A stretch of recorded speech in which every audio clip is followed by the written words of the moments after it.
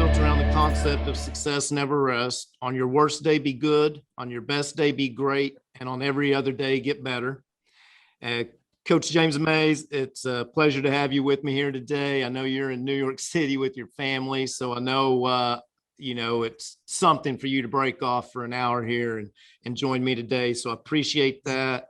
I'm so excited to learn more about, you personally, Thank you, what Coach. drives you. Learn more about the South Oak Cliff program. So once again, I really appreciate you taking the time.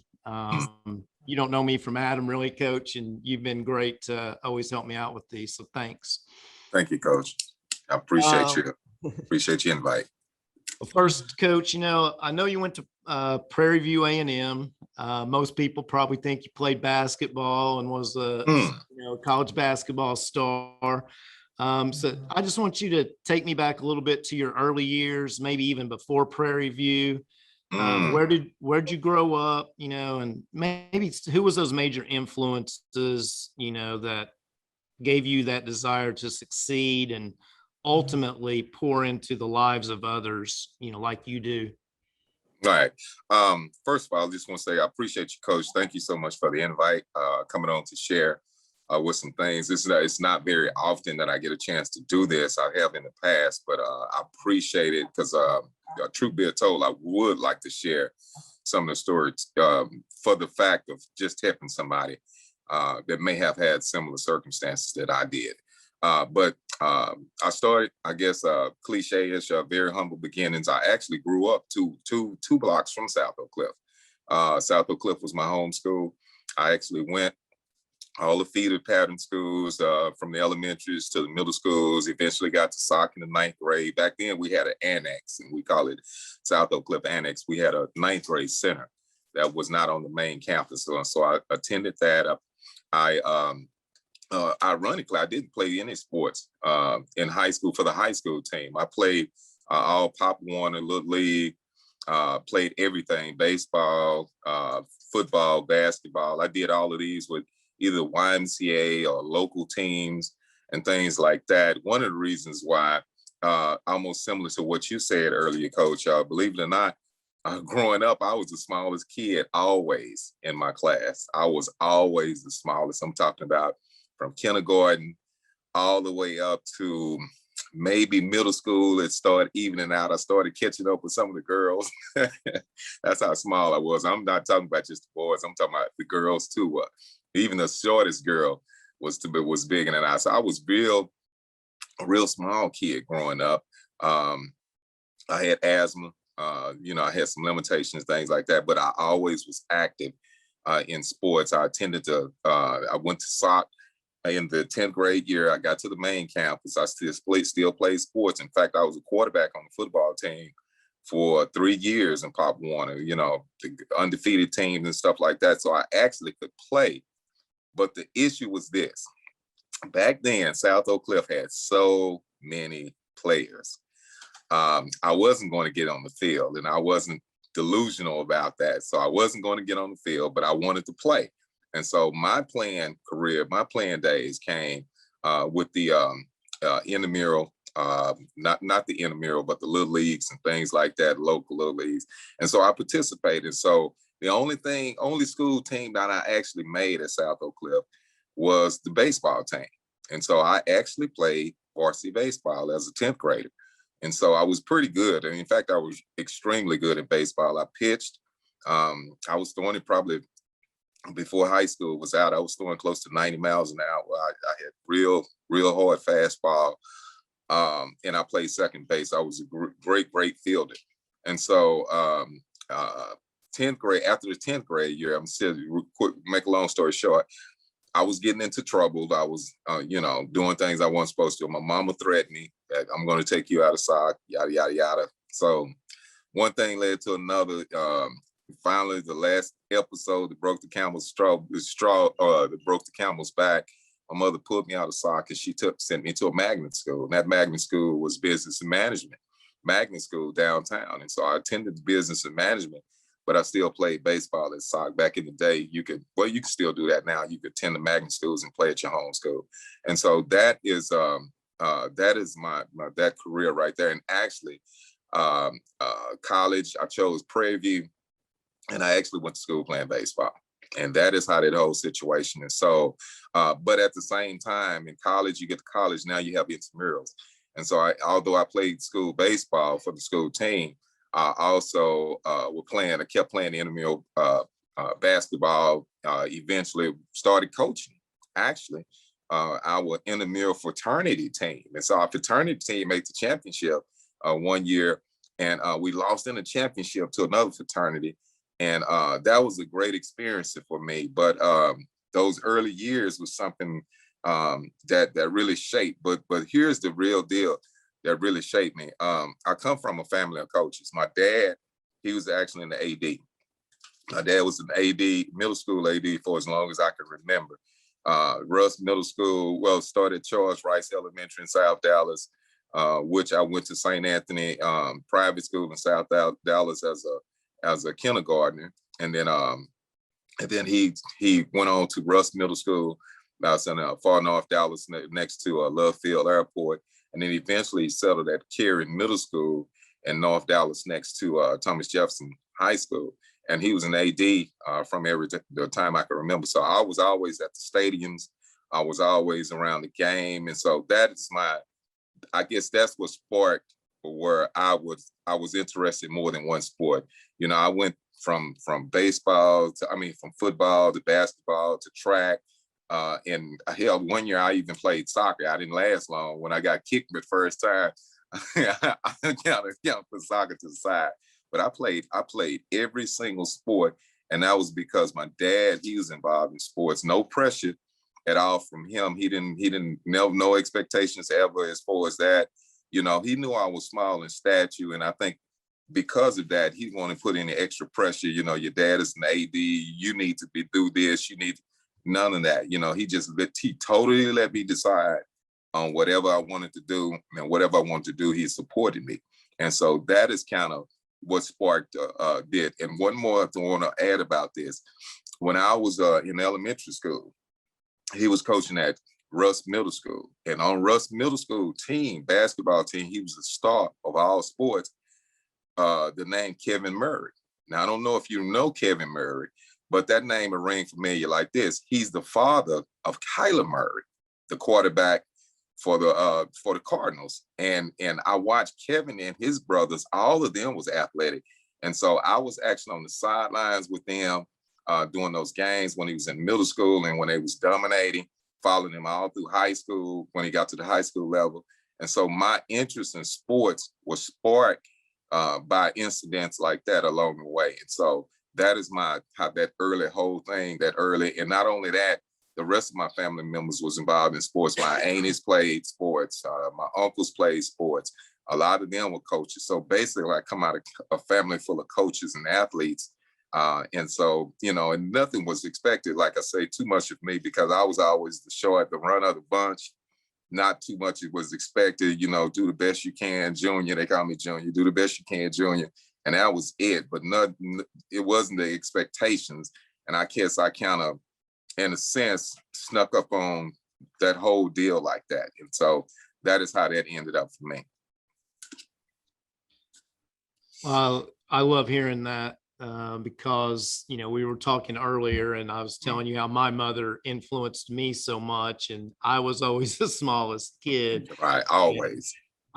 There's something about that I think we just learn at an early age when we're younger. We've got to give a little extra, and it just seems to carry over into life.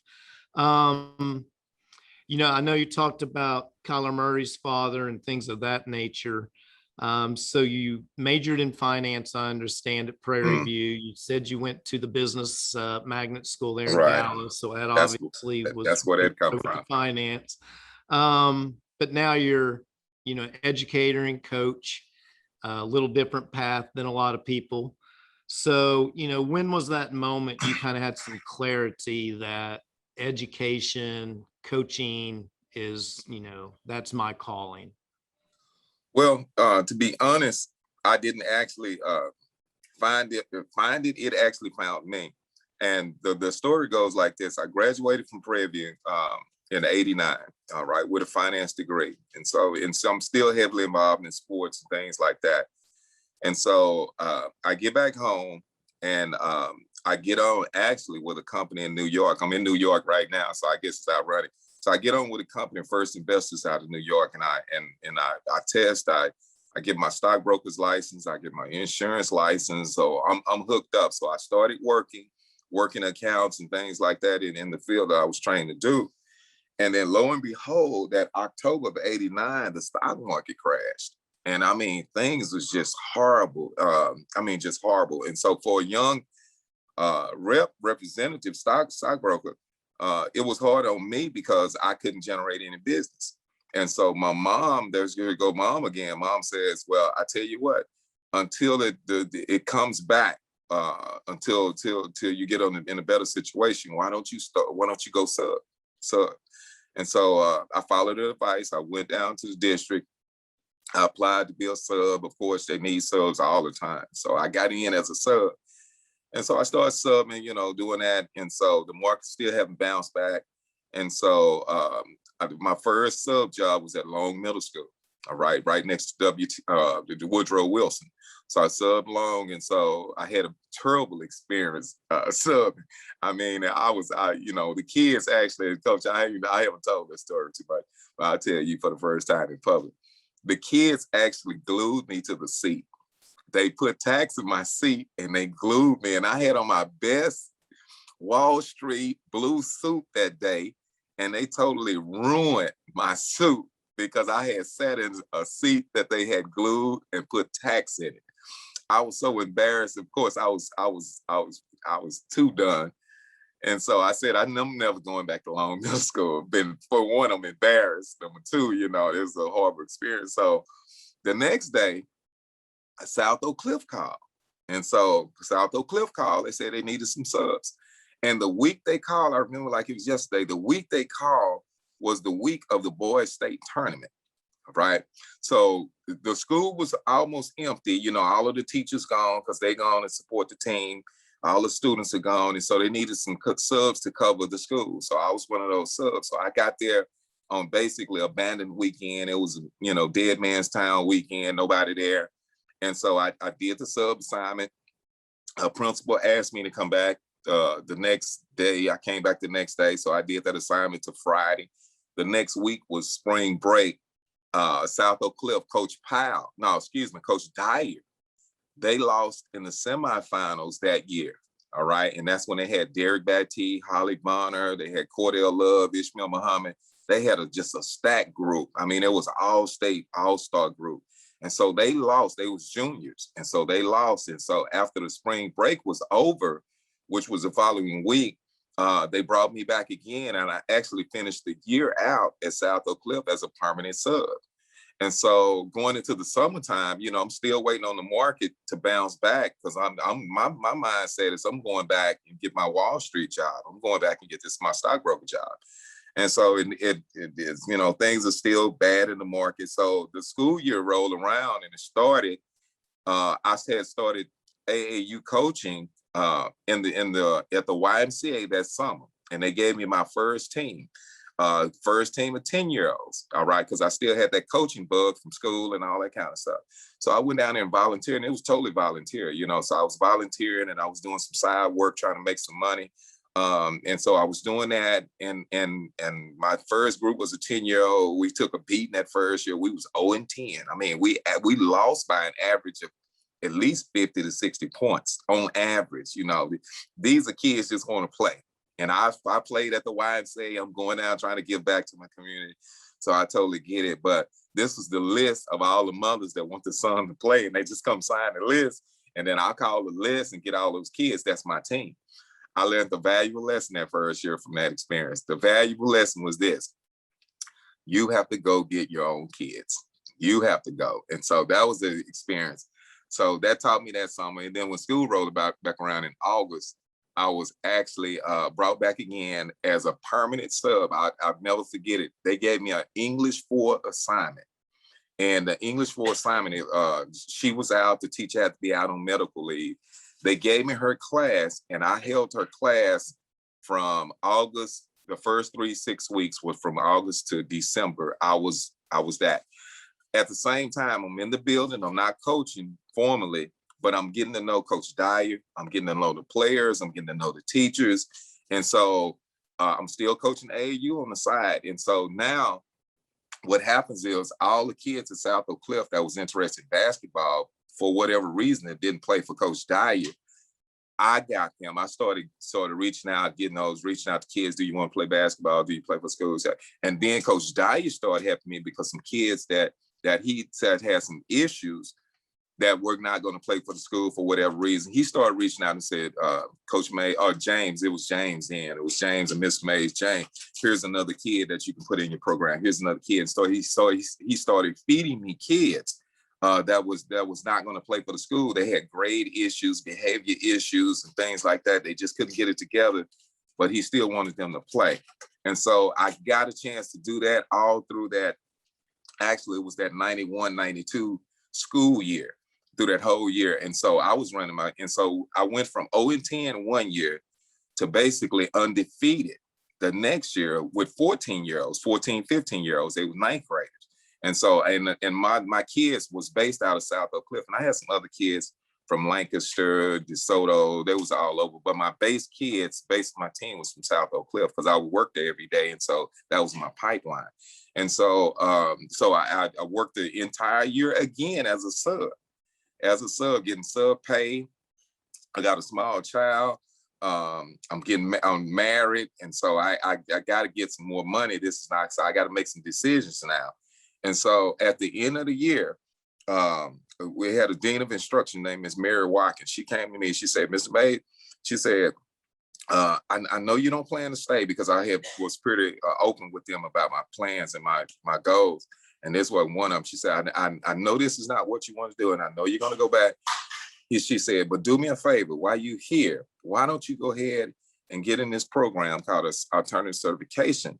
And that way you can get your teaching certificate, so you get more paid doing what you're doing until you go back to doing what you were trained to do in finances. And so I said, okay. She said, I'll get you in the program. So I didn't have anything to lose. And then one thing that drew me in, she said, it's a paid position. So they'll pay you while you're going. Back then, they used to pay you to get a certification. Right now, you got to pay them. But back then, she said they'll pay you. And so that was attractive to me. So I was already I was going to make more just in training than I would actually with the money that I was getting in the sub. I was only getting like $1,200 a month in sub pay. So I was really on the poverty level. Me and my wife, my small kid, we were struggling. We was like a GA in college. You know, we were really struggling. And so when I got that extra check, it made it attractive. And then when I actually got certified, the money, you know, it made sense. The market never came back. And so I stayed another year, but now I'm getting paid. I had to leave SOC on the assignment that they sent me, which was ironically Kimball High School. So I go to Kimball High School, and who's there at the time at Kimball High School? Goree Johnson. Goree Johnson is there, the infamous, the famous James Jones, who's no longer with us, he's passed, but he was the AD football coach. Goree Johnson was the basketball coach. And so since I was always into basketball, I was always sticking my head in their gym. I went to all the games, just all the games in general across the city, to see SOC play, to see Lincoln play, Kimball play, obviously. And so when I finally got certified, I finally, because I was doing an internship at Kimball, that is when I said, well, let me look at this more seriously, and said, let me stay. So I started looking around seriously for a permanent home job. I tried to get on the Kimball staff, didn't get it. You know the guy who beat me out for the freshman job that came over? Take a guess. Snoop Johnson beat me out. So Goree, so he hired his son. I can't be mad at Goree. He hired his son. So me and Snoop actually started at the same time. So Snoop got the freshman team. I was kind of dejected because Kimball was a great program, man. I really, really wanted to be on his staff.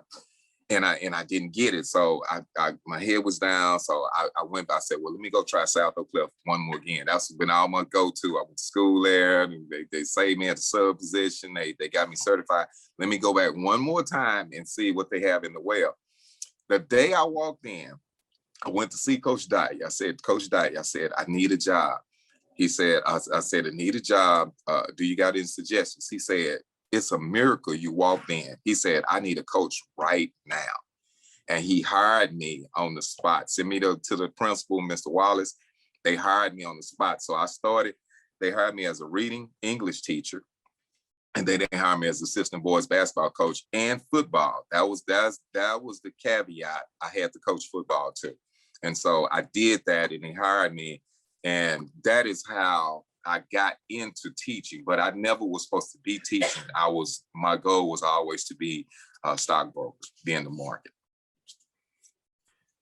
Yeah, it's crazy how life events can Crazy. change the course if you're, I guess, willing to, not be bullheaded on what you're going to do. John Ellis at Prosper has a similar story to that. He was a stockbroker in New York, and then 9/11 hit, and he ended up coming back and getting into coaching and teaching because of that time. So I want to turn a little bit now to, you serve in one of the toughest areas in Dallas at South Oak Cliff. It might be one of the toughest areas in our state. And a lot of that's just due to the obstacles and adversities that your athletes face daily in their personal lives. Even now the school has offered them some adversity because I know that you got a renovation from an old building, but now I understand the renovations are got some issues with that. We're causing some adversity even as well. I know you've been out of your gym, you were out of your gym for several years, but you're still able to stay successful. So, I just want to talk for a minute about how do you harness these obstacles that your kids, face each and every day. How do you harness that when coaches in the suburbs are creating adversity for their kids?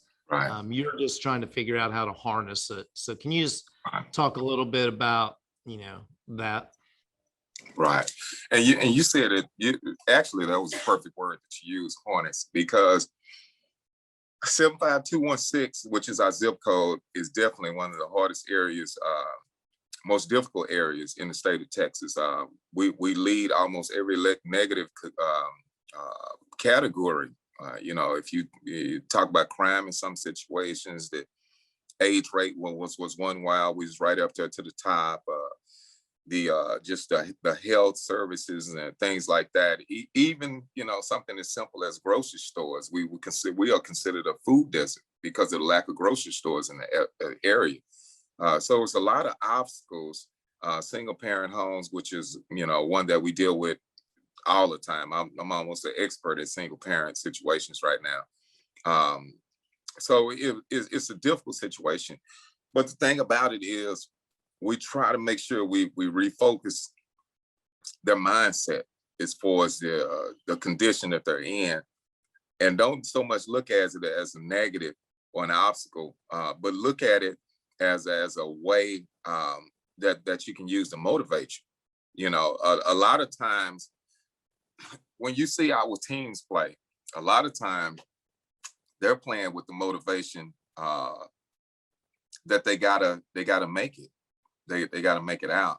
And a lot of people ask, why do they play so hard? Why do they play so hard? Well, it's not something that we necessarily teach. It's something that they actually live, and they play that way.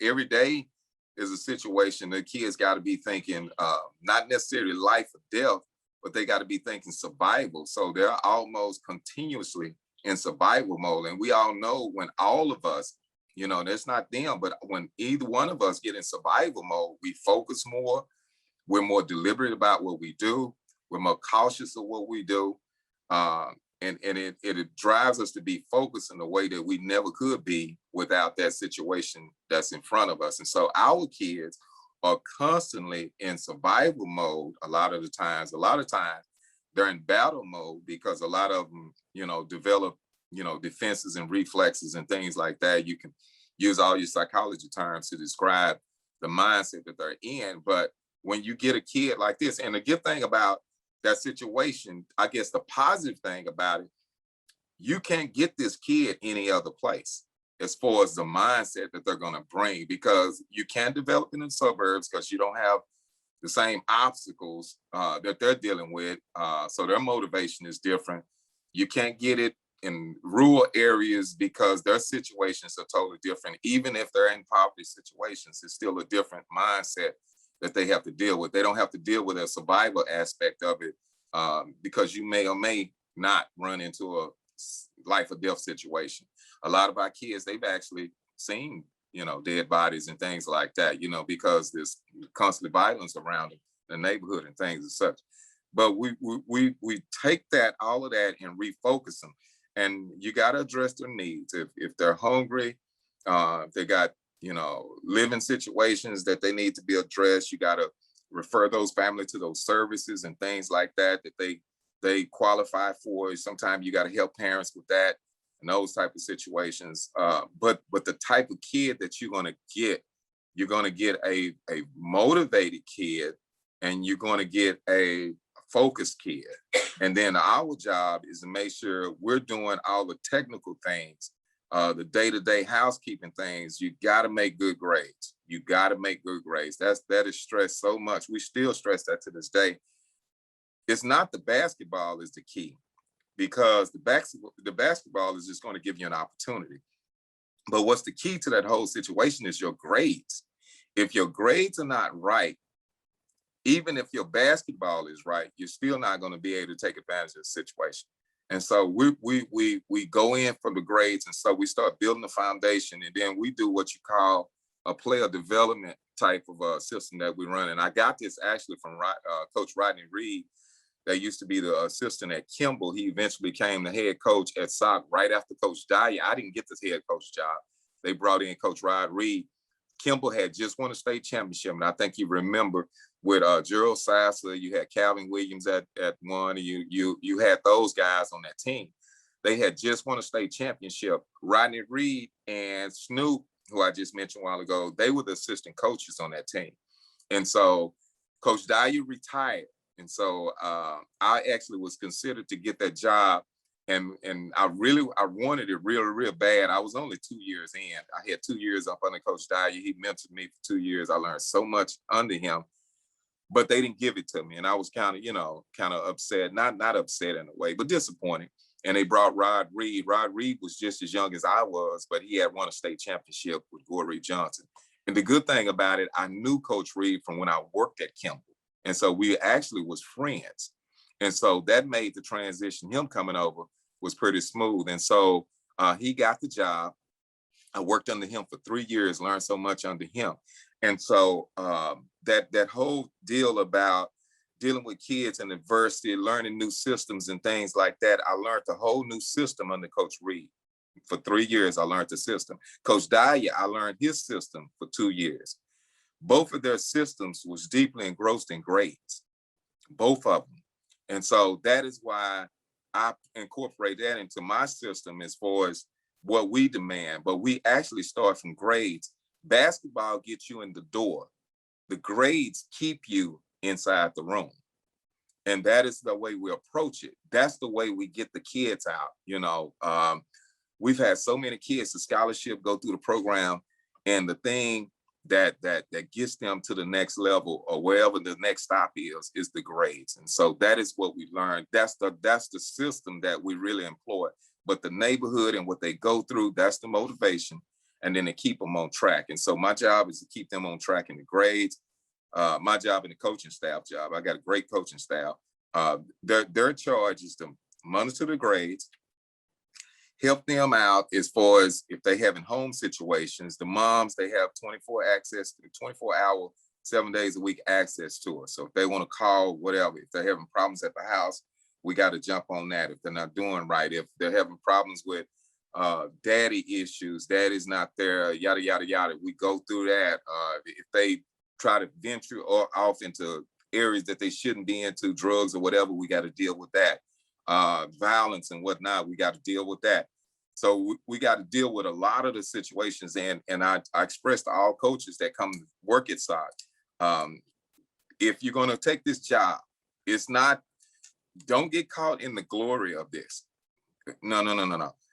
Because if you're not willing to work off the court, not just game days, then this is not a spot that you're going to get. And so everybody that works with us knows this is what we're facing every day.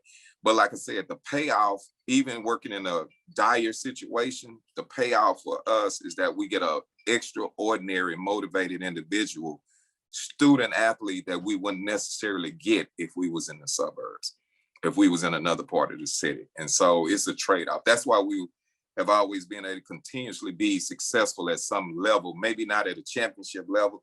And that was probably because of our own doing. We set the bar so high so early, but people always expect you to be there. And we expect that too.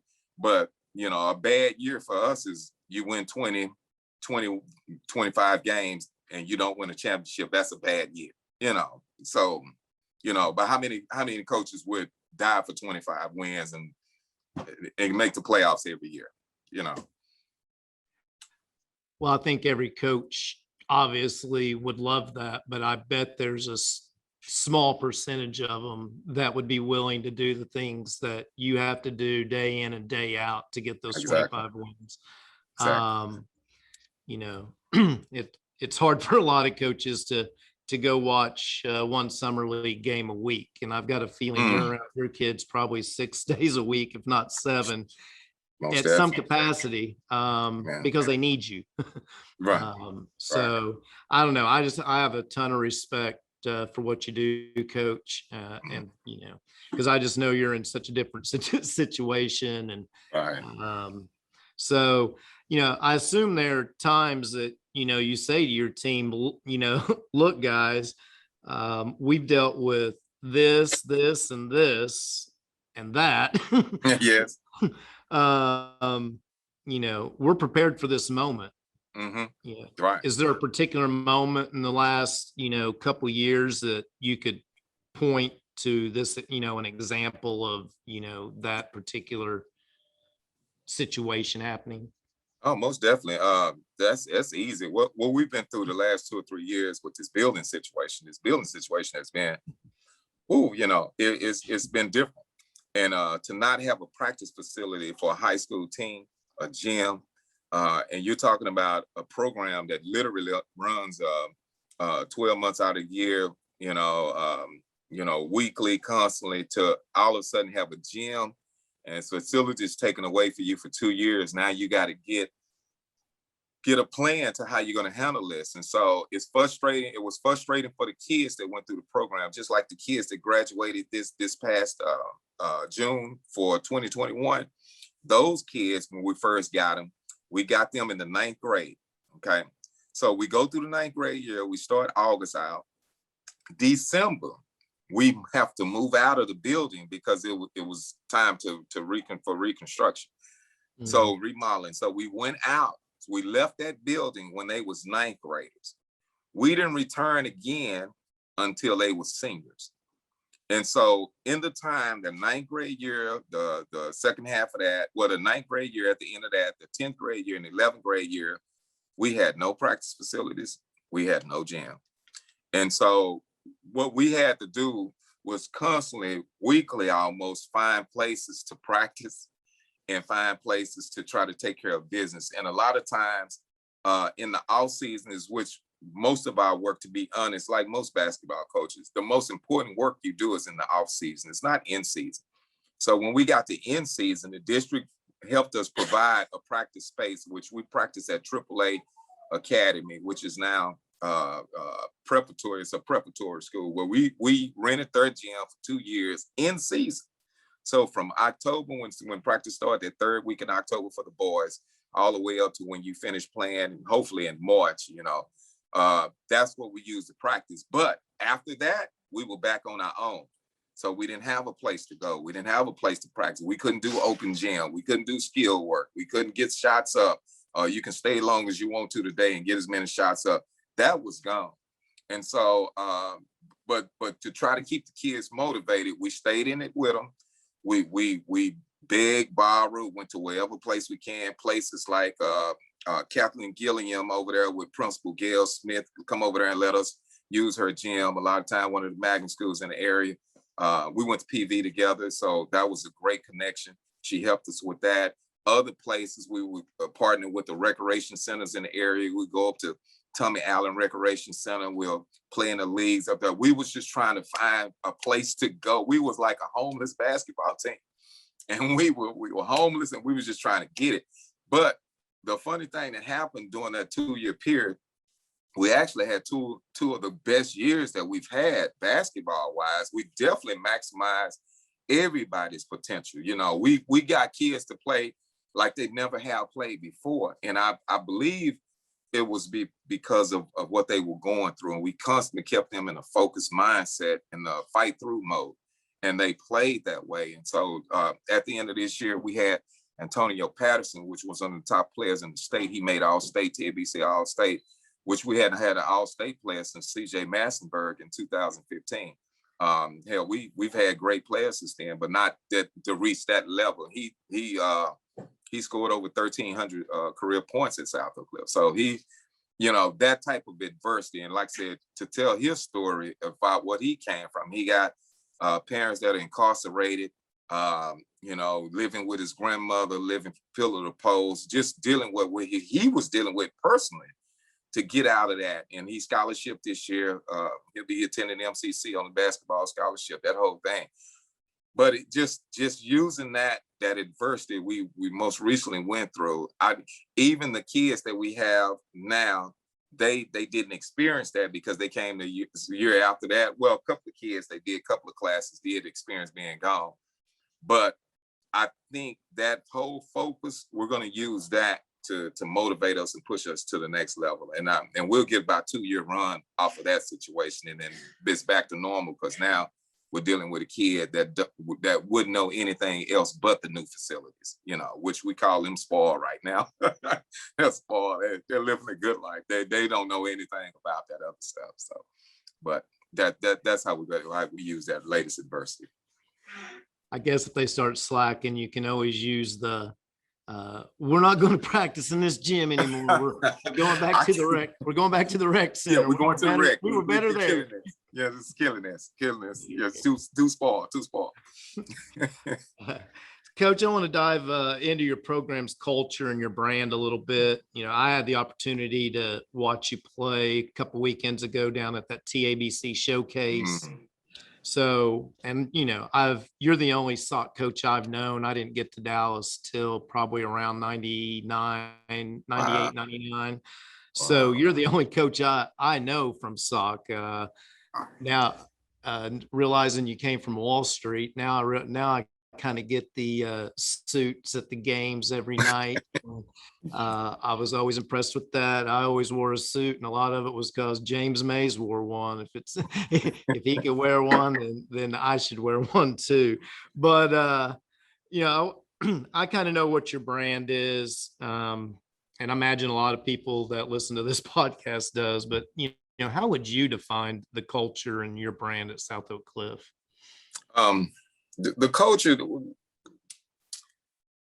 is not difficult to define.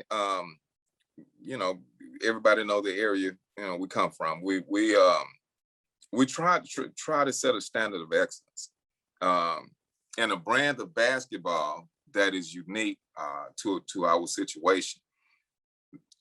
The culture, everybody pulls for himself. Family, we really believe in family. In fact, one of our the mantra that we stack up on as a group has always been, since I've been here, and I got this from Coach Reed, and we've always kept it that way. When we stack up, we say togetherness. Sometimes we change it up in games, hustle, defense, play hard. But the base of that is togetherness. And so the culture is, we're all a family. Once you're in, it's almost like the mafioso. Once you're in, you're in. You know, you're in, and we're family. And we take care of each other.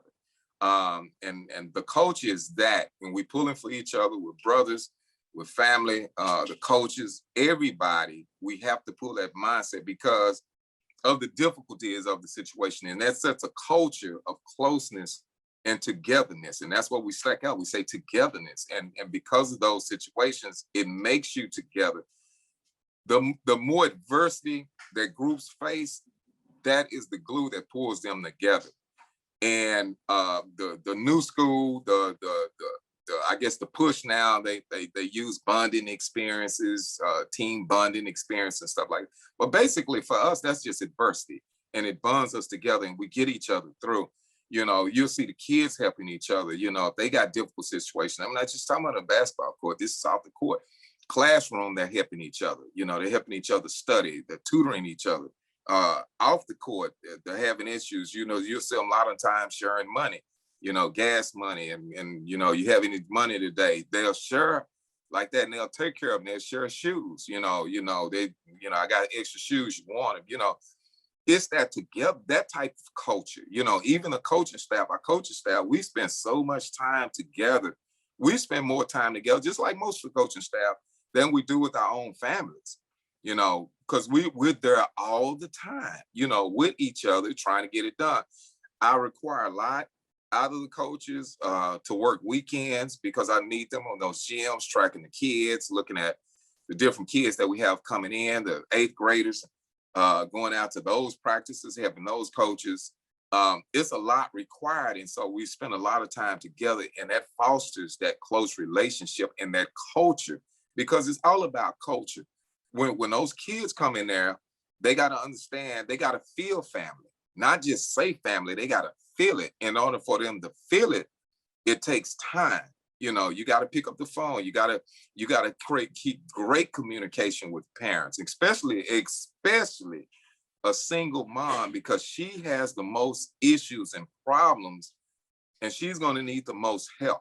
You know, we take a big piece of her off of her plate with that grade thing, you know, because if she gives them to us, then it's our responsibility for his grades. Now, I know that seems a little bit different because I know other coaches, I've seen programs where they don't even monitor grades. And they just a kid, you just basically on your own. And if you pass at the end of 6 weeks, they look at your grades. If you pass, you're eligible. If you're not, we'll see you when you get eligible. We're not like that. We're not like that. We're gonna know where you are at all. We get weekly grade checks. I have the system. I have access to the system. And what I do, I pull grades weekly, sometimes twice a week. A notification goes to the parent, a notification goes to the player. The player, if they're not passing, if they're having some shortcomings, now tutoring is required before you even play, before you even practice. You take care of this tutoring. If you don't, you won't play or practice. That's how we roll, like with that. And so he has no choice. And if you see him out there, you'll see that well, you'll know what he's been through. And it's ironic because years ago, when we were so-called caught in a grade scandal or whatever, that thing is so many things behind the scene that I wasn't allowed to say, that I wasn't allowed to express because you good gag order. And so, coach, you can't, you know, yada, yada, yada, yada. But trust me, that whole situation had nothing to do with grades. And I want to say that personally and say that out loud. That grade scandals at South Oak Cliff went back in 2005, 2006, when actually 2 championships was actually forfeited. They were never stripped. I want to say that. UIL never stripped not one championship. They were forfeited by a district. But that thing didn't have anything to do with grades. I trust it. That's what went out. But that's not what actually happened behind the scenes. Those kids, and the thing is ironic because the kids that were actually involved, these kids actually went on to college and got college degrees from major universities. You know, from major universities. It never had the number of grades because we've always been solid on our end with grades. But that's what we had to accept, you know, as a program from the district for whatever reasons. And we're man enough to accept those responsibilities, but it had nothing to do with the outcome as far as what will be remembered, right? And so I wanted to say that, but the culture, togetherness, that's the culture we have, togetherness. I just have a feeling that the kids in your area, they understand that family togetherness. If my plate's full, everybody around my table is eating off it, a little better than in some other areas. Right, I right. think your kids understand that, and They you do. know, Ask any of one of them, and they'll all say the same. They'll yeah. all say the same. Well, and I think for you to be able to say you have a culture, you have to be able to tell me, ask my kids, and they're going to tell you the same They'll thing. tell you. And Yeah. so obviously, when people think of South Oak Cliffs basketball, they think of James Mays. Like I said, I've been in Dallas since about 99, and you're the only coach I know that I remember from South Oak Cliff. But I wanted to give you a chance to talk a little bit about Chris Dyer for a second. I know you worked under him for a few seasons. You're both now on the UIL's top 100 coaches and UIL's first 100 years, which I think is very special. Wow. I'd like to think I was smart enough to go through that list and Right. tag head coaches that had assistants that are both on that list, but I'm not that smart. Wow. But I did pick you two out of that. So, I just want to give you a little bit a chance to, talk about Coach Dyer, how he influenced you, and, maybe some of the things you still do today that you possibly picked up from him. And I know you said you might have a story or two you want to tell about Coach Dyer. So most definitely. Mr. Man, Coach Dyer, that's my dude, man. That's that cat right there. He looked at me, or he basically saw something in me that I didn't see in myself as a young Black man. And you talking about a white guy who come in, and I have much respect for him because he was a white guy in the hood putting in work. And the first thing that I noticed about him and his relationship with his team and his kids and his program was they had mad respect for him. They had mad respect. And one thing about Coach Dyer, above all else, he's a disciplinarian. He's a disciplinarian, and you're going to do right. That is one thing that he taught me, and I still believe in that today. You're going to do right, and you're going to do it like this. I'm going to show you the right thing to do, and I expect for you to do it. That's what I learned from Chris Dyer. When he retired, because he retired twice, a lot of people don't know, it's probably been 3 times. But the first time he retired, I got back to SOC in 1984 as a certified teacher. He hired me on the spot. I worked in 94, 95, and 95, 96 under Coach Dyer as his assistant. It was only 2 of us. We had 3 teams. Coach Dyer, he took the freshman group and the varsity group. He let me have the JV group and a varsity assistant. So my responsibility is take care of the JV, assist with the varsity. That was my responsibility. And it was only 2 of us. We didn't have 3 coaches, 4 coaches, all that kind of stuff they do now. Even me, I have a lot of coaches now. But it was only 2 of us, and we ran that whole program. And so I basically tried to emulate him daily. Whatever I seen him do, that's what I did. If he approached it one way, that's why I approached it. The only difference was I was closer to the kids' age because I was a young guy then. When I first got hired at SOC, I was like 27, 28. I was a real young guy. And so I was closer to the kids' age. In fact, then I used to scrimmage with them. I used to actually get on the floor and scrimmage with them. Pretty good. And those are good days, I would give it to them. Good days, I would really give it to them. But Coach Dyer like that because I was a young, energetic assistant. Like everybody, we got to have at least 1 or 2 of those on the staff that can get out and still converse with the kids. And then I was also on the flip side, you can be there for them as an ear, because sometimes that voice coming from that lead seat is going to be so heavy. You're going to need somebody to go to. And you would rather for them to go to those assistant coaches, keep it all in house. And you go and talk to them instead of going on the outside, which causes problems. Don't go to your AAU coach. Don't go to your mom. Don't go to your dad. You go to one of them assistant coaches to help you get through this. I was that assistant coach. And so he showed me everything from paperwork, which is the most important thing, that off the court stuff, how to do eligibility lists, how to do PAPL, going and setting practice schedules, practice times, open gym schedules. getting me into the habit of the gym is open 24/7. That was Coach Dye mentality. So if a kid asked that I need to get into the gym, it was your responsibility to go in. And at that time, I lived close in the Oak Cliff area. I lived close to Coach Dye. He lived a little bit far out. So a lot of times I would come up to the gym. I would be the key guy. All right. Just like in college, you have your GAs. That's responsible for opening up the gyms.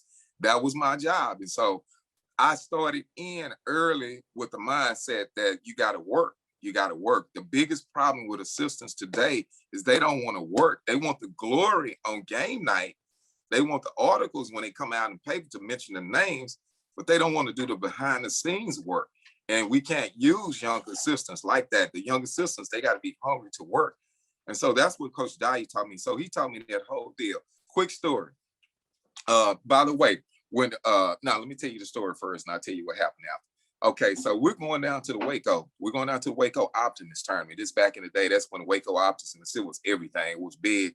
The big Waco ISD tournament, Waco Optimist, is all the money in the world, yada, yada. They playing at MCC is one of the spots. Who ironically, Antonio Patterson, one of my players he signed with this year. But so we playing at MCC. So we playing at the college, yada, yada, yada, big time tournament. So on the way down Thursday, we're on the way down. We're driving vans at that time. So I'm riding with Coach Dye. We got another van for another coach driving there. But it's me and Coach Dye in van one with the studs. We're in van one with the studs. So we got, which is, listen, I always put your studs in the van with you and not with the other people. So just in case nobody gets there, you get there. So we're driving with our studs. So we're about halfway down the road down 35. We're going down to Waco. We down halfway down. And so he turns to me and said, James, he said, listen here. He said, I'm going down. After tonight, we play this first game and then I have to leave. And I look at him and said, what are you talking about, leave? He said, I'm gonna have to leave and you're gonna have to coach the team. I said, Coach, you kidding? Now, you can keep in mind, I'm fresh. Only experience I got is AAU. But, I'm pretty good AAU coach. Got some wins and stuff. But this is a whole nother level. This is not AAU ball. This is a high school ball for real, for real.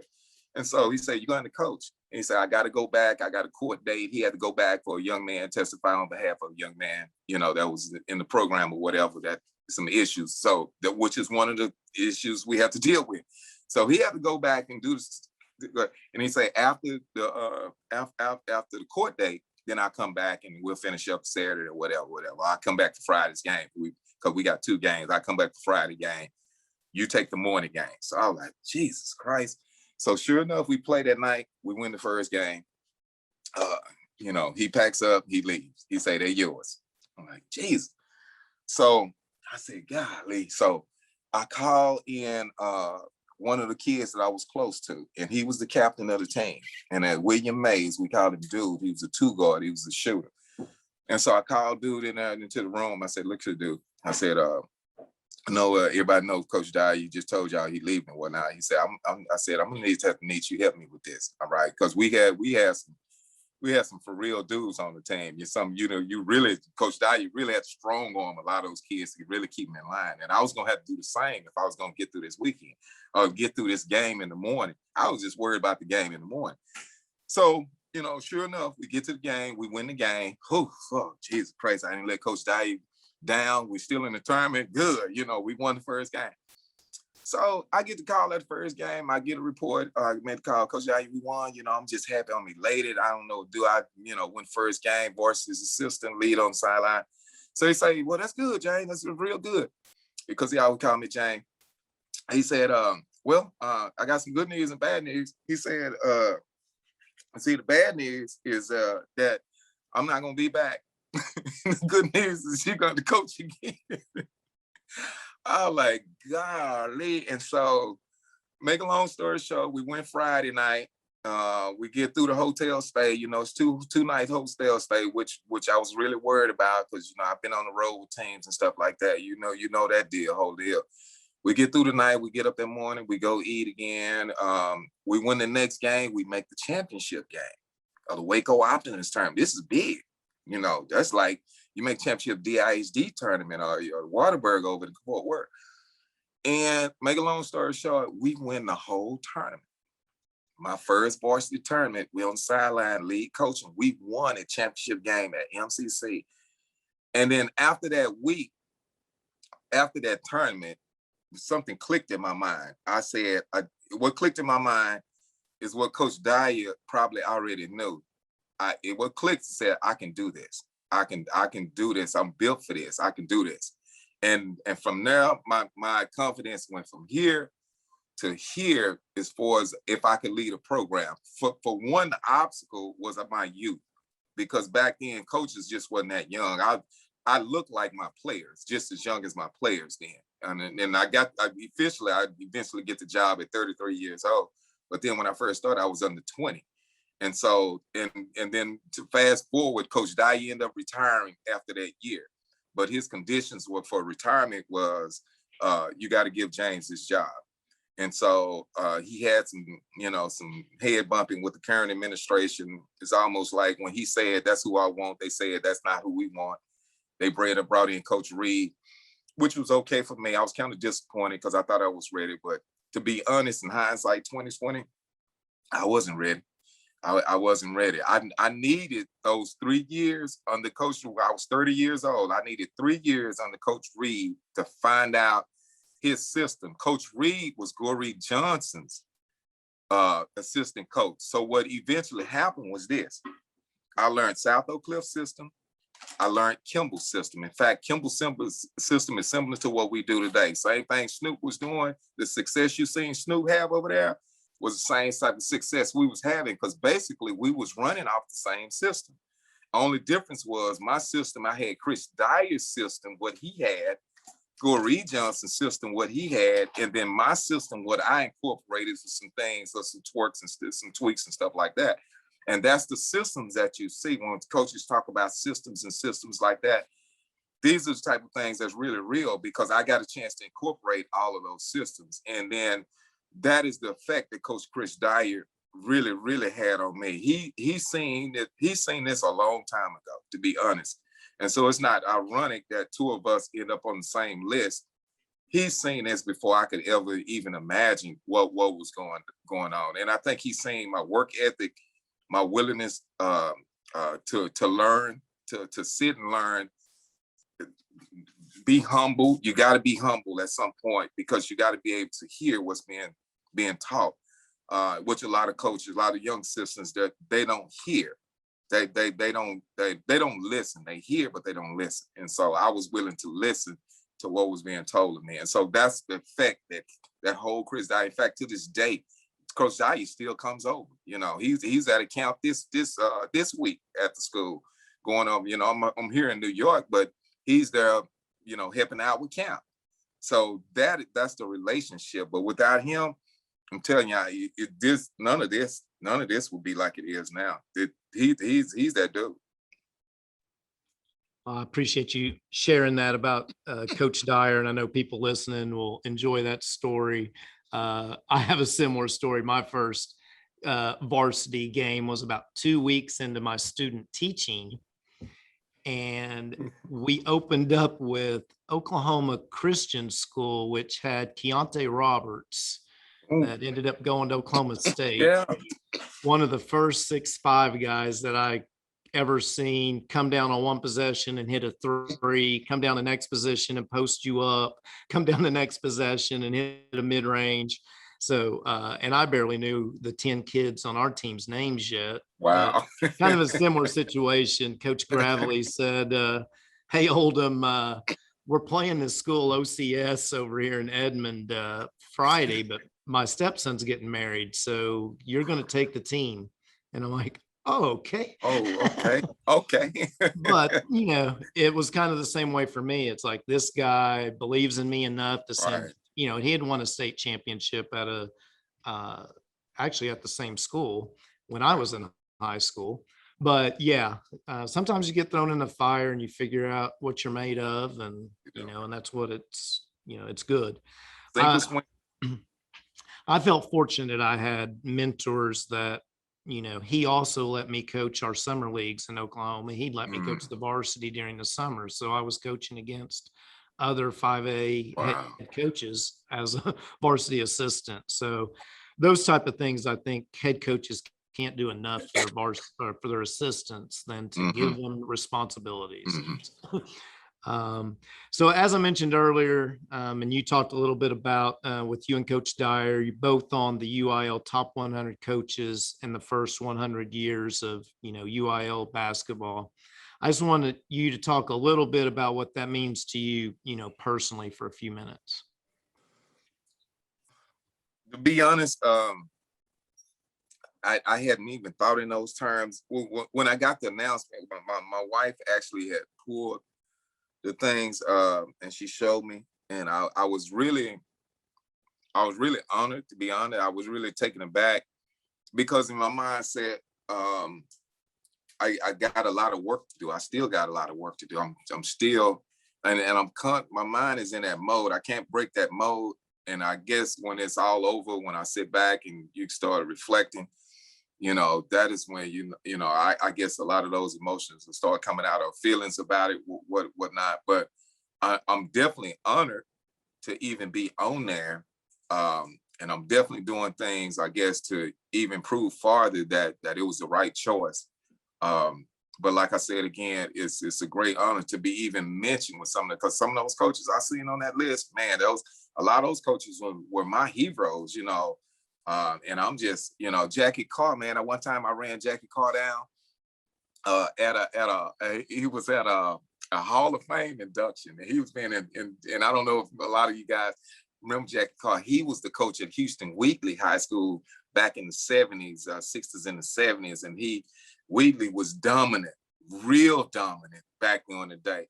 And so this is when we were first making our run. I think I had about a couple of state championships or whatever under my belt, and I was trying to catch Coach Carr, and I ran him down just trying to pick his brain, Coach, and he told me, that he said, son, it seems like you already got a handle on this thing. But I was like, but I'm still in the mindset of just talking to Coach Hughes over at Dunbar, the all-time winners coach, high school basketball history. I used to pick Coach Hughes' brain all the time. And because when you look at those guys, those are giants. Those are giants. Those Chris Dyers and those Coach Hughes, Jackie Carr, Coach Carlisle, those are giants. And so what I'm trying to do, I'm still trying to strive to get there, to tweak our program as much as we can to get more success out of them. Even though the true measure of success is if we can turn a boy into a man, but then we can win some basketballs at the same time. So that's what my mindset. But I'm honored, and I tell you one thing, I'm going to do everything in my power to show that it's deservedly so, going forward, so we're not just stopping here. It's still, to me, my mindset is the best is still yet to come. Even though whatever happened in the past about what we've accomplished, my mindset is the best. Y'all haven't seen nothing yet, because I tell you, this plan that we got right now, Coach, and I should be letting this out there, this plan that we got now, and as far as trying to get us, to the next level, especially with these new facilities and what we're able to do and what we weren't able to do, Coach, man, I'm just so optimistic about what's going to come. I'm just elated, and so I'm thankful to be on that list, and I'm damn sure going to do what I can to show that we deserve it. Coach, I think that's a great attitude to take. And I think it probably gives a little glimpse of your success is, you don't think you're done. You've only just started. And I love the fact that I'm a lot the same way. I always feel like I have to prove something once something is named. That short man syndrome that we had, that short man. Yeah. See, yeah. we steady trying to prove. Yeah. It doesn't matter what we get. We always feel there's more to do. Just a little follow-up on the top 100 coaches. I look down that list. Not going to say I know every coach on there or if they're white or black, but I would say there's probably not two handfuls of black coaches on that list. Right. What do you think it means for young Black coaches out there that maybe sometimes see all these white guys in those positions, but now they see a James Mays that 20 years, one school, very adverse school, very tough situation, and he's on this list, like you said. I mean, those are legends. Those are guys that yourself, myself, we looked to those guys. We listened to them at clinics. We tracked them down places to pick their brain one-on-one. What do you think it means for the Black coaches out there? And I know you have a ton of coaches in your coaching tree. Maybe obviously it's going to lead to some motivation, but can you maybe share your thoughts on what it could mean to the Black community of coaches? Well, and I can say what it meant to me to be able to have those role models that I can directly go to or look up to. So I know what I get a lot of time from the young Black coaches is when they reach out, and my phone, it constantly rings off the hook. So I know that mentorship is needed and they need that role model. And I don't mind doing it. I don't mind sitting down. I'm an open book. I share everything, but for the young coach that's coming up, we're definitely role models. We definitely can show the way. But the biggest thing that they really have to listen and they have to be committed. And I think the ones that are committed and they listen, those are the ones that are going to be most successful. The biggest thing I think they have to fight through with in today's society is that apathy, not willing to go the extra mile, not willing to put in the extra work, not willing to make a sacrifice. It is a sacrifice that have to be made, and we don't talk about that as much as we should. Sometimes it's going to be family sacrifices, a lot of times with their time and stuff like that. Like I say, I'm in New York now with my wife and my daughter right now. My mom, I brought my mom and my niece. We all up here just hanging out, enjoying the city, because this is something that we don't get to do. And so because I'm gone all the time, I'm working weekends. A lot of times I'm missing family situations, family events and birthdays and all that kind of stuff because I'm doing what I do. And thank God that they support me because they support what I do. But that sacrifice is going to have to be made. You got to choose the right spouse, because if you don't choose the right spouse, this is not going to work. This is not going to work. Y'all got to be on the same mindset when it comes to this. It's a commitment. It's not only just an individual commitment from a coach, but it's a family commitment, and everybody has to be on the same page. So I think the mentorship that we provide is invaluable, that we have to do as coaches, especially have been in game a long time. That's the message that I always tell the coaches when they call. Like I said, again, I at least receive one call a week from an outside coach asking about, various things, different things, coach, how you handle this, how you do this, or coach, and even things from grades and everything like that, trying to help coaches set up systems and stuff like that. And I don't ever mind it, because these are things I wanted to know. And a lot of times I wasn't able to get answers. I had to figure it out as I go on my own, and thank God it worked out. But if I can shorten somebody else's workload as far as learning how to do certain things, or teaching them what to focus on and what's important, what's not important, this is not such a big deal, or this is a bigger deal, you need to really do. I don't mind, but it's important that we have those role models for those coaches. So being on that list, if that's a positive, then I'll take that positive all day long, and I step up to the plate. And I don't mind. I'm open book. Okay.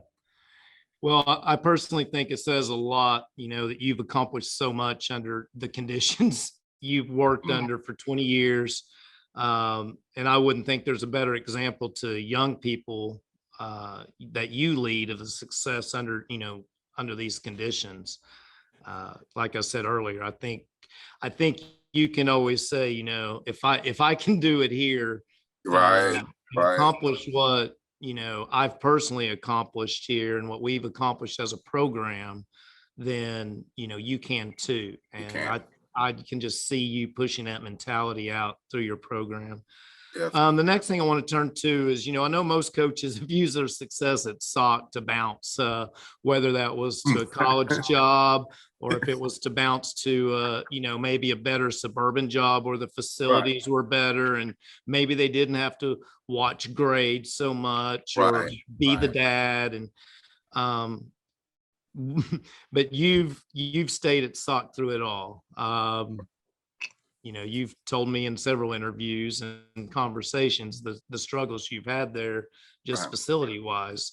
Most people couldn't do it. So I'd probably know what your answer might be. No, now knowing that you grew up in the neighborhood and those things, but what's kept you loyal to DISD and to SOC for these, over 20 years?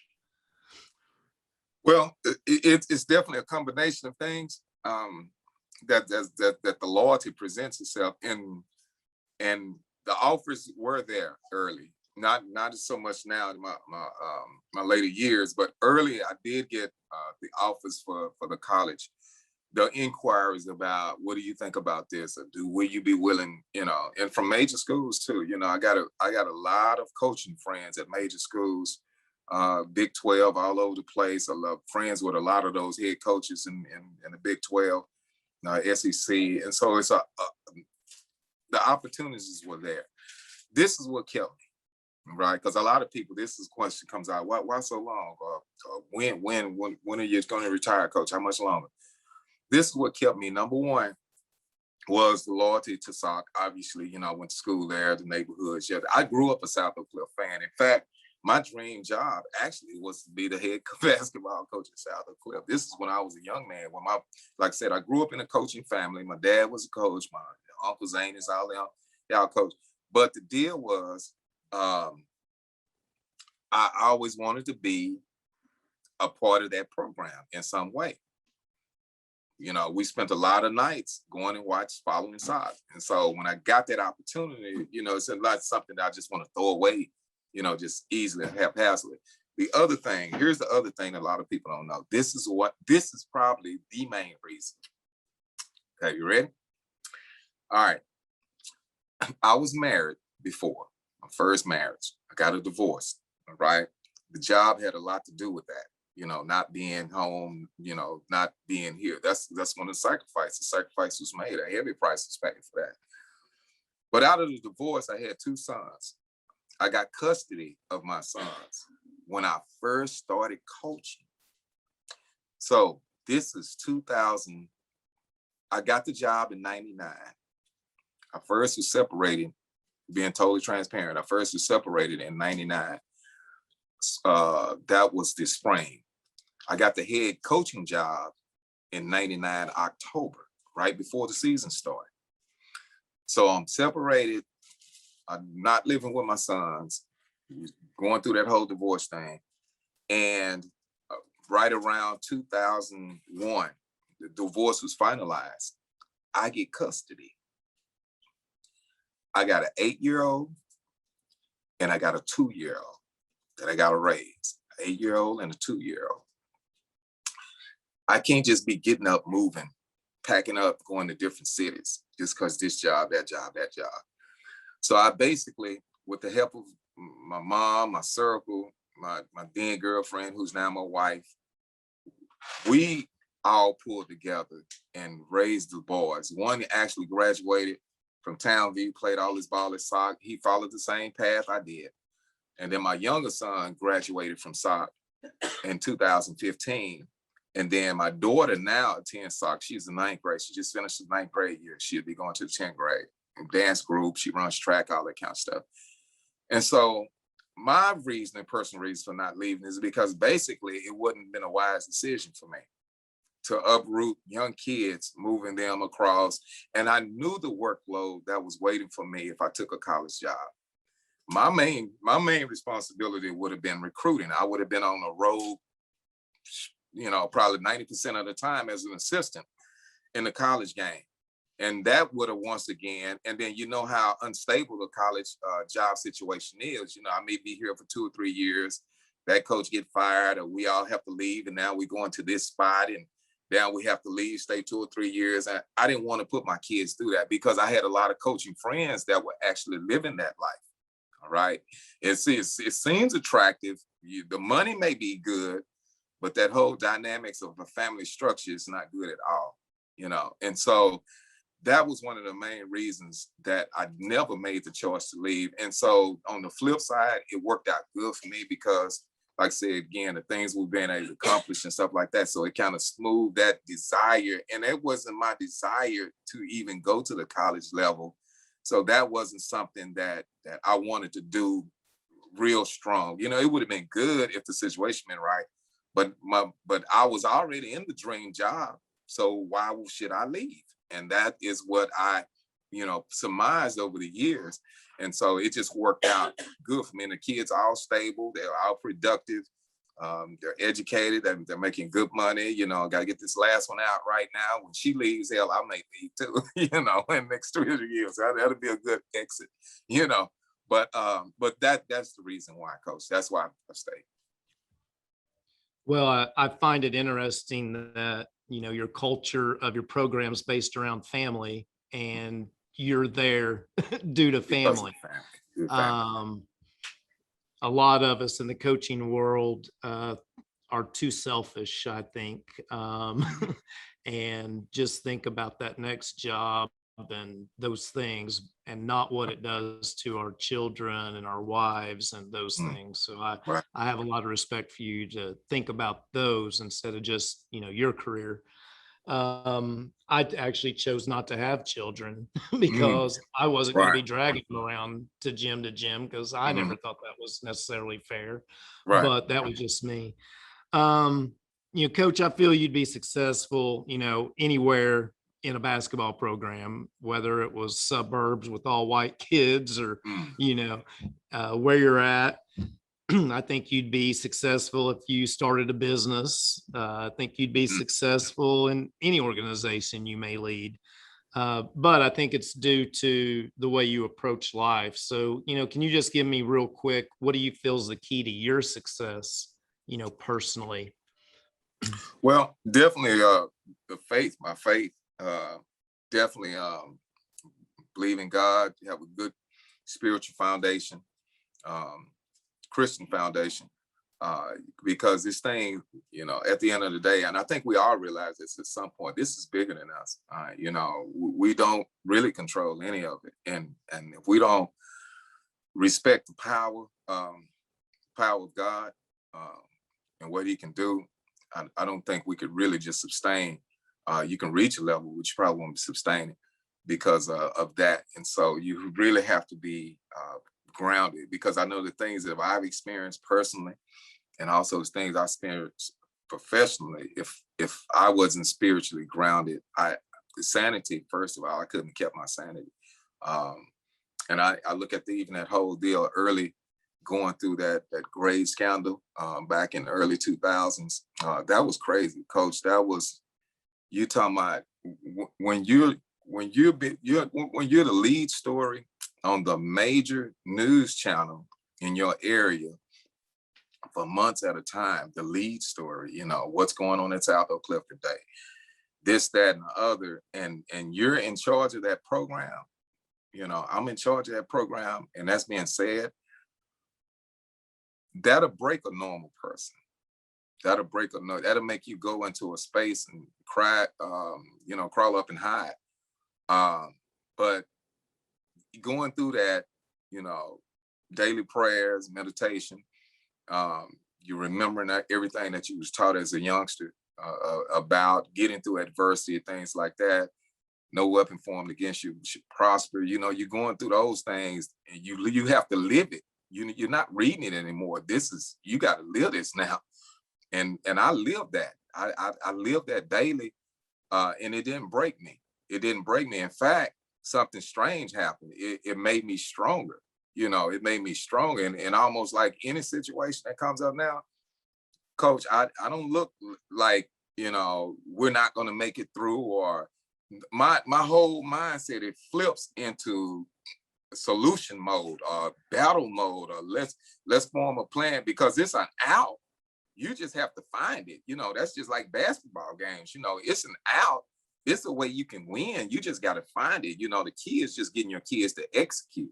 But we never go in there with a defeatist mindset that all is lost or it's over. No, it's not over. It's just begun if you just flip your mindset into that. So that right there is what has sustained me going through just being optimistic, just thinking like that. And then, like I said again, in on some levels, it's people are counting on you. For real, my kids was counting on, my two sons was counting on me. I had to step up.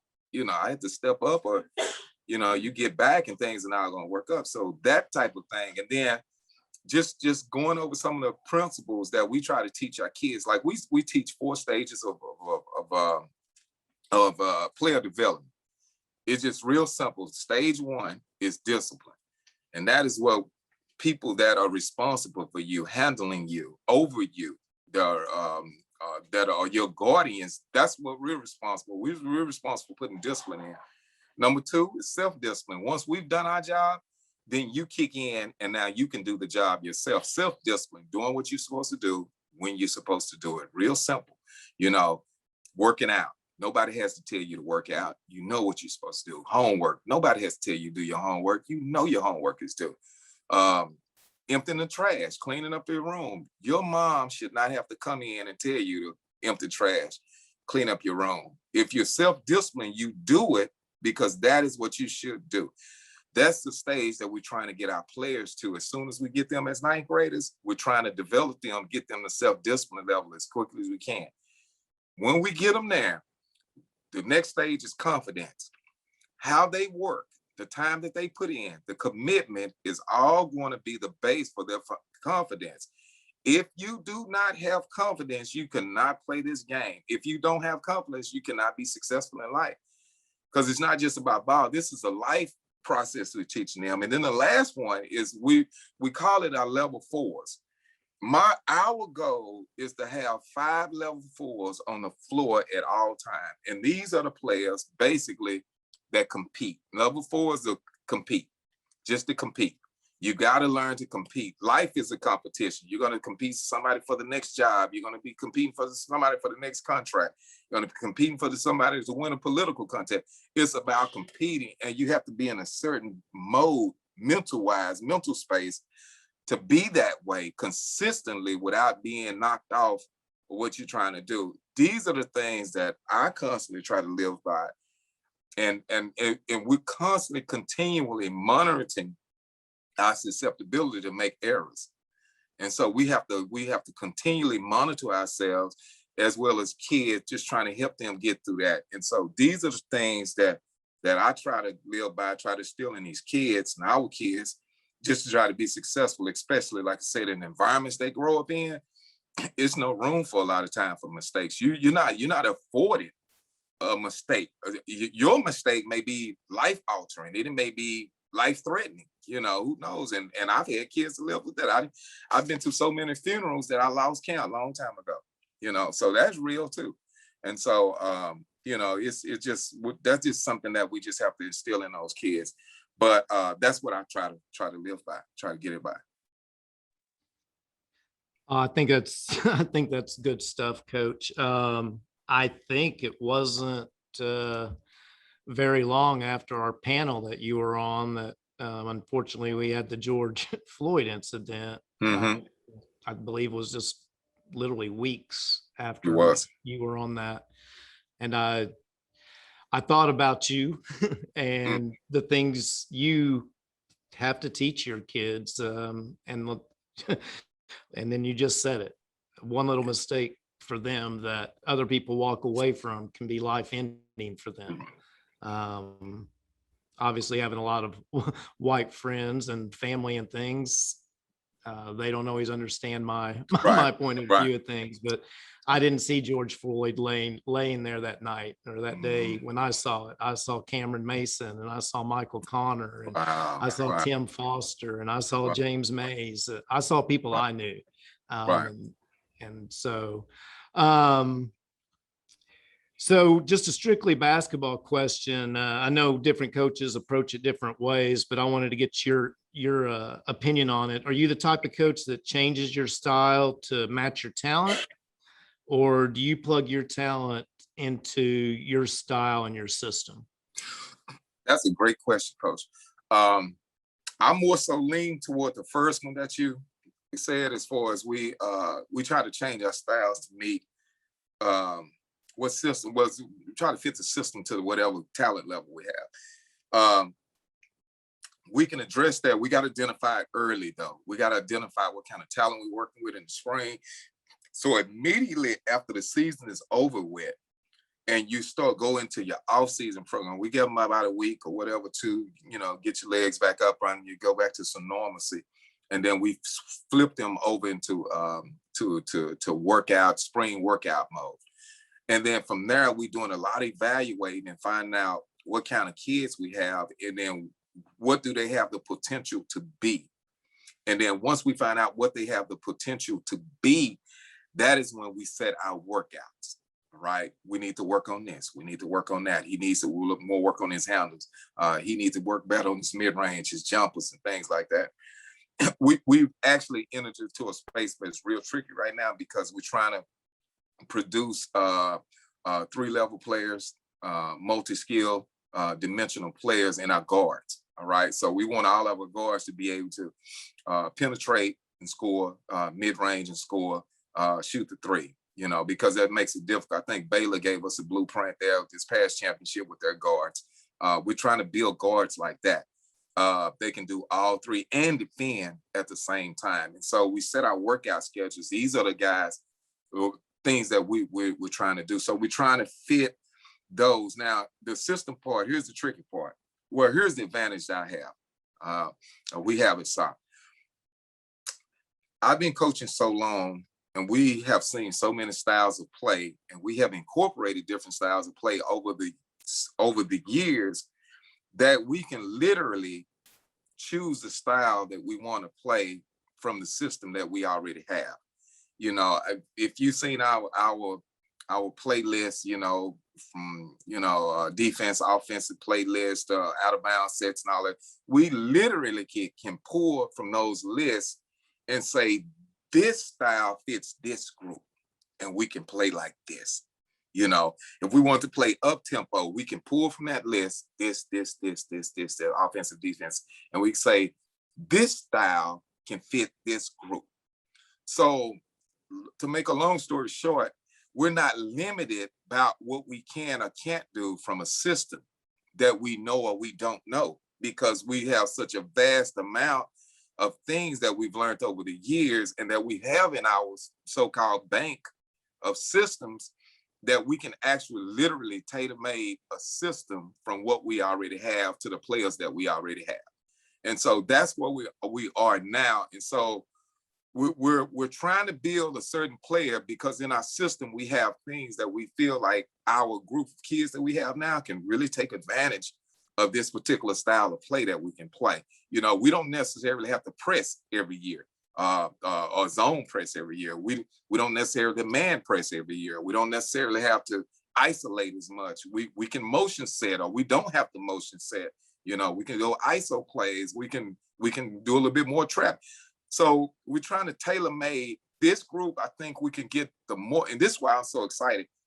This group are multi-skilled kids. They can do a lot of different things. And so the system that we're going to be able to play is going to be more extensive than it have been in the past. And that's why I think that we can get it out. Now, the whole key is this, and we haven't got this yet, but I think it's coming.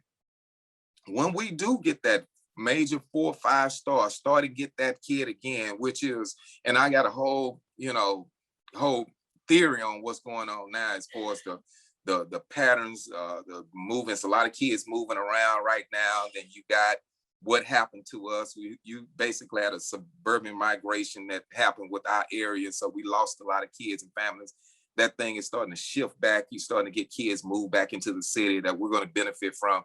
But when we do get that 4 or 5 star kid that we have been getting again, it is going to be, it's going to be something to see, you know, because now we do have the system. I am a much better coach than I was in the early 2000s when the championships, when we was winning a lot of championships. I am nowhere near the type of coach I was then. I am so much far advanced as far as the knowledge that we know. Only difference is between then and now, we had the players. No coach, a coach is only successful as the players that you have. And if you don't believe me, look at what happened to Duke this year. Look at what happened to Kentucky this year. Look at what happened to the majors. Now, because they weren't successful this year, does that mean Krzyzewski isn't a hell of a coach? He's still a hell of a coach. Does that mean Calipari, he is still a great, tremendous coach. The only difference is they did not have the horses that they normally get. Baylor had the horses. Coach Sampson in Houston had the horses. UCLA had the horses. They had horses. And they are great coaches too. You know, and so the difference is when you get horses, things happen, because donkeys and mules do not win the Kentucky Derby. Quarter horses and thoroughbreds win those races. Yes, sir, indeed. I was always better when I had talent. That is for sure. So much better. So much better. Coach, I ask every coach I have on here this question. You know, I feel it's important we find ways to leave ourselves vulnerable to our players. And I think someone of your stature that's been at SOC for 20 years, your players have probably growing up have watched you. And, you know, I know they just don't see you as Coach Mays often. They see you as this top 100 coach and probably, you know, a legend type. But, you know, how do you leave yourself vulnerable to your players, your coaches, so that, you know, you still have that important relationship that's needed? They don't just see you as stoic James Mays that's unapproachable to me, those types of things. Well, I definitely do this, and I'm aware of that, and I'm aware of that whole persona that they may have to deal with, you know, and I'm sure they're hearing it from the parents who are going to play for Coach Mays, just yada yada, and they hear all of that, you know. And so what I have to do, and since I'm aware of it, and that may be going on, a lot of times that how I project vulnerability a lot of time is whenever I make mistakes, and I make mistakes, decisions that I made, even every day I make a wrong decision, whatever, I admit my mistakes to my team, and I do that, you know, readily, and I'm almost looking for it. If I make a mistake, say, guys, look here, I dropped the ball on this one. I completely didn't know. I messed up. That was me, and I want to apologize. And I do that to them to let them know one thing: I'm human and I'm approachable, and it's okay, you know. And the one thing we always try to teach them is okay to make mistakes. Just, you know, you just repeat it. I mean, don't repeat it. Learn from it, and you move on. And so I try to project that with them to takes a little bit of that aura off the whole persona, and to make them feel comfortable. I try to spend a lot of time with them, try to talk to them other than just basketball, you know, kid with them at appropriate times and stuff like that. You know, even once, you know, every once in a while I get into their personal life, you know, girlfriend and stuff like that, we make mention of that, you know, stuff like that. What are they dealing with? But anything I can do to appear normal to them, I have to do, because I don't want them sitting and thinking they're playing for God or whatever, because, you know, we're not even close to that, man. I make so many mistakes, but, you know, hey, I'm gonna learn from it. And I tell them all the time, you know what, I messed up that time, but you know what, I'm gonna learn from this. I got this, you know, I'm gonna fix this.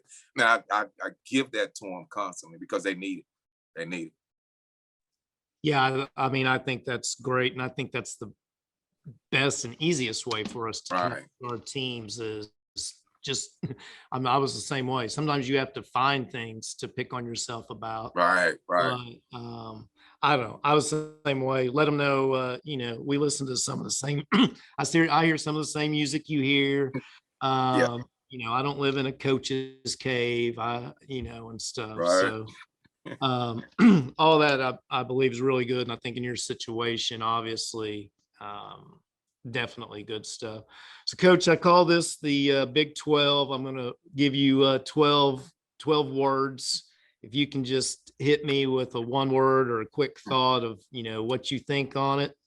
And All right, let then me I get think we'll together. be wrapped up. You get your brain rolling out here. All right. So number one, offense. Open. 1-3-1. Difficult. Full court press. Mm, fast. Success. Fleeting. Defense. A must. Motion.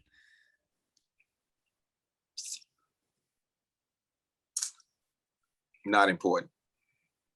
Adversity. Important. Talent. Irreplaceable. Faith. Foundation. Relationships. Everything. Legacy.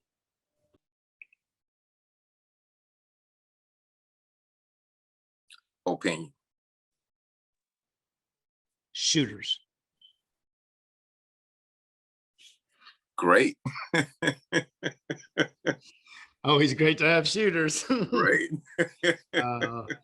Coach Mays, man, I appreciate it again. Every time we talk, man, I come away filled with blessings. I feel, shoot, I wish I was one of your best friends, I think. I appreciate it, Coach. I think. Man, I've always had so much respect for SOC, what you've done there, just the school in general. I just think it's historical. I think every coach, boys or girls, should schedule SOC during the year.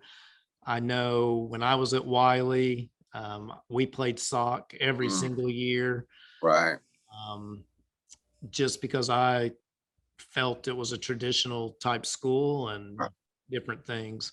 Actually, a quick story. I think it was the first time I scheduled SOC. We played on, I think it was like a January 4th, Monday night. And it was the first, I think it was the first where they did the Final Four in college football. And it was Texas versus USC that night.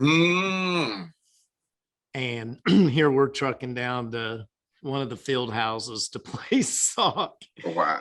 Of course, I was at Wiley at that point. So they're all like, Coach, what are you doing scheduling a game on national championship? And I was like, I don't pay attention to any football schedules when I'm making my schedule. We're playing SOC and we're playing when they can play us, and it happens to be tonight. And also SOC is actually someplace I always wish I could have coached. I'd love to coach the girls there, I think. Right. And you with our girls program, we just had Jessica Linson back. She was there previously. And so she's back. Our previous girls coach, Coach Keelan Jones, he got the head coach job at Hillcrest High School boys. Oh, okay. And so unfortunately we lost him. He was a good coach as well. But then we get a great coach coming in by the name of Jessica. And so we're gonna do, you're gonna see a lot of similar what was happening in the past with soccer basketball going to the next level. Also, let me make this announcement. For the first time in history, I'm letting you know this now, because it hasn't been released to the press yet, but the news release will actually come out in August. We just hired our first woman on our boys basketball staff at South Oak Cliff ever. Wow. So we will have Coach Tadell Tony will be our one of our assistants on our basketball staff. Now she comes in, she's not a token hire or anything, because I don't believe in that type of thing. I believe in quality and what you bring to the table. She's going to bring a tremendous amount of basketball knowledge and some of the other things we need also considered off the court as well. And so I want to make that announcement. It'll be a big announcement in August when school starts back. So we're still doing. Well, good, Coach. Well, man, I'll let you get back to your family. Thanks again for breaking away for this, I guess, hour and a half or so now. Most definitely. Like I said, man, love you to death. Appreciate what you do, and be keeping up with you for sure. Coach, you know what this is? That's the stock market bull, right? Right. I just bought it yesterday. All right. And I just joined, and watch how full circle this is. I just joined a dynamic investment group. And so I guess I'm transitioning for retirement back to where I started, come full circle. So I get the best of both worlds. I get a great basketball career out of it, and I can get back to what I originally set out to do. All right. I mean, God is good. God is good. Life's never too old. You never get too old for new dreams, right? Never. The minute you stop learning is the minute you start dying. That's right. Well, I was going to get you into some real estate here when you retire. So, hey, we'll talk. We'll talk. All right, Coach. Have a great day, man. Tell your family. You too, Coach. Peace out. Thank you all.